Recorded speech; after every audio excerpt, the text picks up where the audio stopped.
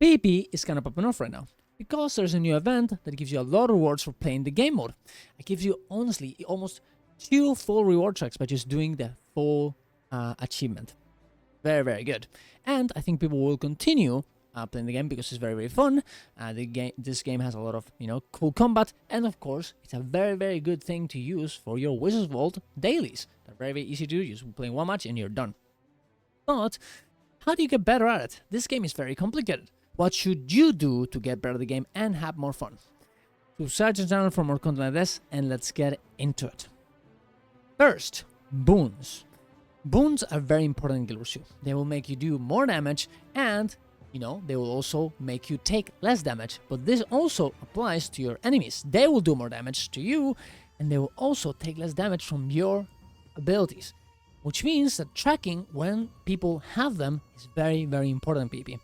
Just looking at your target to see if they have big boons or very little will make a big difference in order for you to decide, should I burst them or should I not?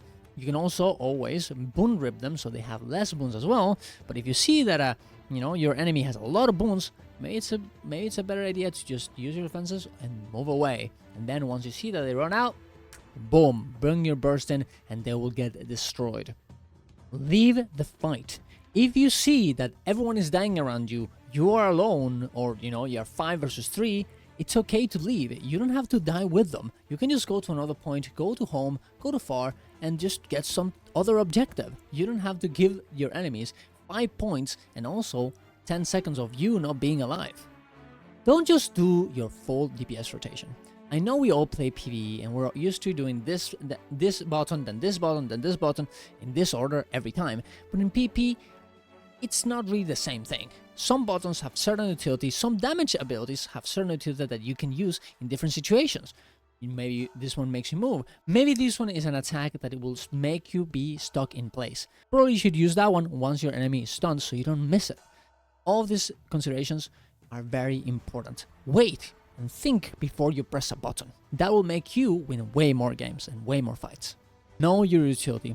A lot of the abilities you have in Guild Wars 2 will not only do damage or, give you some heals, it also give you some boons, maybe some stun breaks, maybe it will make you jump forward to somewhere else. All these things are very important for you to know, hey, I can use this in this situation, I can use this in this other situation, and maybe I should wait to use them, and not just for damage, but for this specific utility effect that it has. Knowing all these possibilities will always be very useful for you to survive and to kill other people, even in very simple builds. There is no shame in staying defending a point. A lot of people just capture a point and they just leave. Sometimes it's okay to just be there waiting if someone's gonna come over and take it. It's way more important for you to keep getting passive points than just being and going far again and dying there and leaving your own home node not having your home node not defended. Maybe it's okay to just stay in home, wait for the next objective to happen, wait to see that people actually need you, and then you'll go help them. Go to the bell. Objectives in Guild Wars 2 PvP are very important. They can give you a lot of points. Some of them are not as important as other ones. For example, the Jin map one is not very important. The Trebuchet one is not very important, but most of the other ones are very good. The bell in Capricorn being the most important. It gives you so many points, and it scales up the more you do it. So please go to the bell. Go to the beasts if they're getting attacked in full fire. Defend your lord if it's getting attacked as well. And get the Reaper finisher on the Colosseum. These are all very, very useful, and keeping an eye on them and that your enemy doesn't get it instead is very, very important. Kite. Guild Wars 2 is a game with a lot of jumping puzzles, and not only in PvE, also in PvP.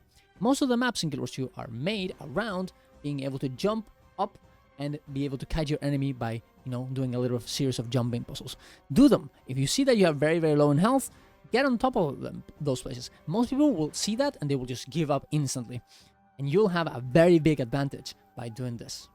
Change your build. If you're trying a new build and you see that not everything is going on, go to meta battle and check.